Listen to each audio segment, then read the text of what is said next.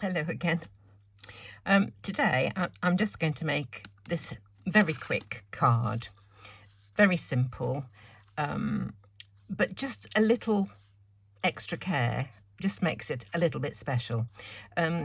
What I've done for this one is emboss the sentiment after stamping it, just with clear embossing powder. The same to the image. Coloured him in with some alcohol markers. These are just cheap. I don't know where eBay or somewhere those came from, or Amazon or something.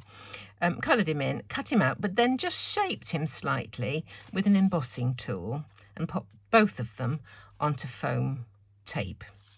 The offer that we've got at the moment from Indigo Blue for 20% off, if anybody wants to go to Indigo Blue at the moment, after having watched one of my videos and orders anything, you get 20% discount if you put the code Chris YouTube, all one word, Chris, CHRIS, YouTube. I'll put the code at the bottom of this video. So let's just do it quickly. And this is just using the offcuts from card bases. So there he is. And for these, this is again another little tip really. This is linen cardstock. I don't know if you can actually see the texture on these, but it's linen. And when I do sometimes stamping like this, I use the wrong side. So I'm actually stamping onto completely flat card. You obviously get a really good image, and also it makes it stand out just a little bit from the base card. That is textured, this is plain. The difference is very subtle, but it just takes the eye to it. Anyway, here we go. Let's get and do this. This is the set that the sentiment comes from. Really love one. It's called Bear Hugs from Indigo Blue. And when I was looking on the site yesterday and put my order in, and when I'd finished, I saw this set and I thought, oh Lord, I wished I'd ordered that as well. And when I went to my box of Indigo Blue, I found I'd already got it. That's what I do all the time. It's getting old, that's the problem. Right, let's start with the bear. I just wiped him off, so he's a bit damp, so I'll just dry him. There we go. And I'm going to stamp him in, I think I'm going to stamp him in a hybrid ink, which shouldn't run or smear when coloured with alcohol pens. In fact, in this instance, it doesn't actually matter because I'm going to emboss it. There's the stamp. This is an old penny black stamp. An old penny black. So all I'm going to do is dunk him into this pot of clear embossing powder. And then I'm just going to heat set it up. I don't keep throwing my head in your face.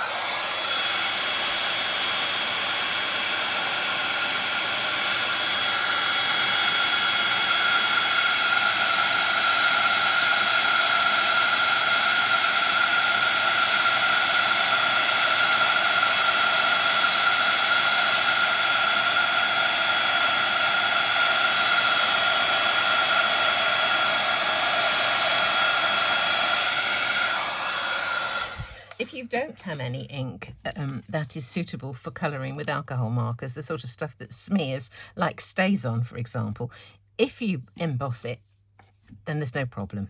So now I'm going to colour him. I've got a couple of colours of teddy bear colours, in my opinion, a darker one and a lighter one. I'm going to start with the darker one, and I'll come in a bit with this, I think, as I'm doing this. Let me see if I can sort myself out. Is that better? Right, I'm just going to colour him in, and I don't go to a lot of trouble, just around. You decide which side your light is coming from. I'm no great colourist, and I'm just deciding that the colour is coming from the right. So I always do that. I don't know why. It helps me to remember what I'm doing, I suppose, really. So just shading a little bit with the darker colour. All the places where you think there might be a bit of a shadow, if the light is coming from that side.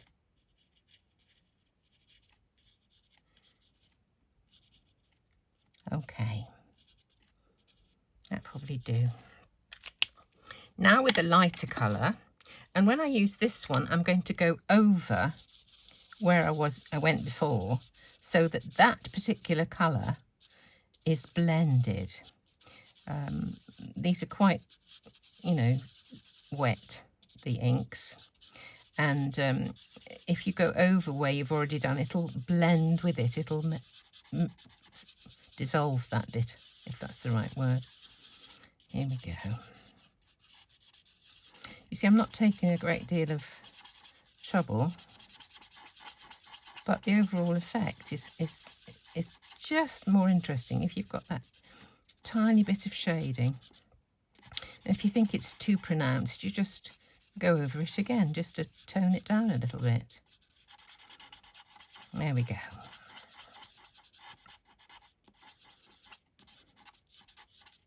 This is an old Penny Black stamp. I'm very, very fond of Penny Black. I know bears don't have rosy cheeks, but this one's going to have a little bit of a rosy cheek. There we go. Now I'm going to cut him out.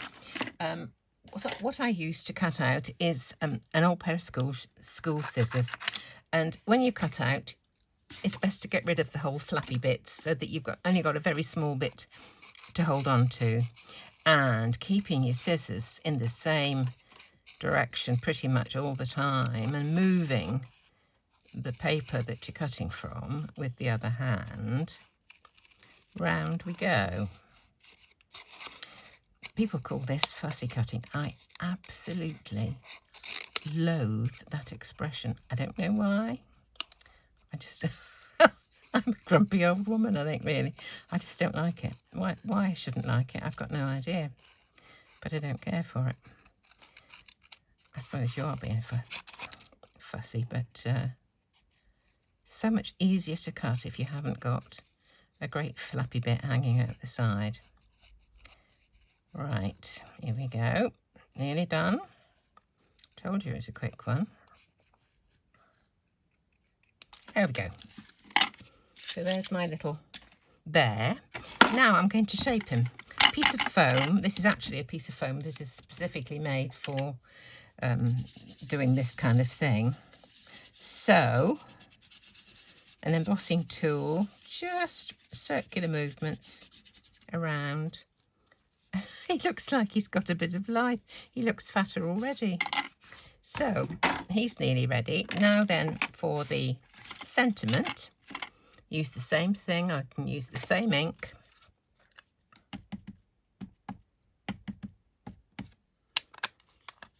When all else fails, what does it say? I can't read it that way around. I'll just have another look in a minute. When all else fails, take a nap. Wonderful. Could do with that. I was awake at 2 o'clock this morning. There we go. And we'll heat it.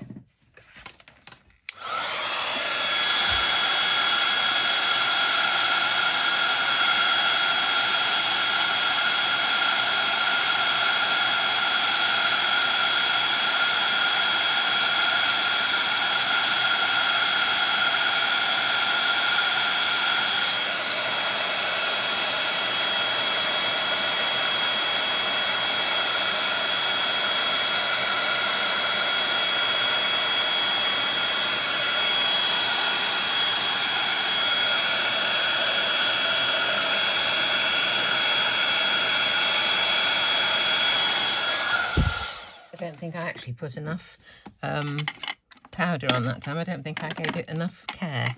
But I'm trying to do this quickly. Let me just come out a minute whilst I do this next little bit, because what I want to do is to cut this sentiment with this die.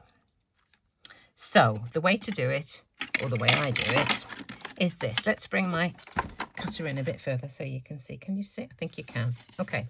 The thing to do is to put the die around one end of the sentiment, the end nearest the rollers on your die cutting machine.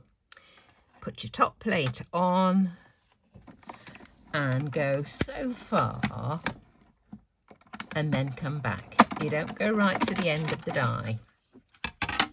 Right, now you can see we've gone part way. Can you see? Yes, you can. Right, turn around the paper, put the die back on, making sure that the two lines here are into the bits that have already been cut. Check to see if your distance is about the same, both ends. Pop it into your machine gently. Top plate on, part way and back. Okay, move this out of the way again and have a look. Here's our much longer sentiment than the die that cut it. So there we go. Two things ready to go on the card. This, I told you, it was quick. Now, how I've attached these on here is with, now I can't see it. Oh, why does that? Foam tape. I don't know what I've done with it. It was here a minute ago. It's a conspiracy. Anyway, you get the idea. Piece of foam tape on the back. Do you know, I just can't see it. It's a huge, great, real tape. Anyway, good gracious. If after all that you feel like giving me a thumbs up, that would be wonderful. Apparently, it does the world of good to YouTubers if people who view give a thumbs up and subscribe to the channel. So if you could do that, that would be great. As ever, thank you so much for watching.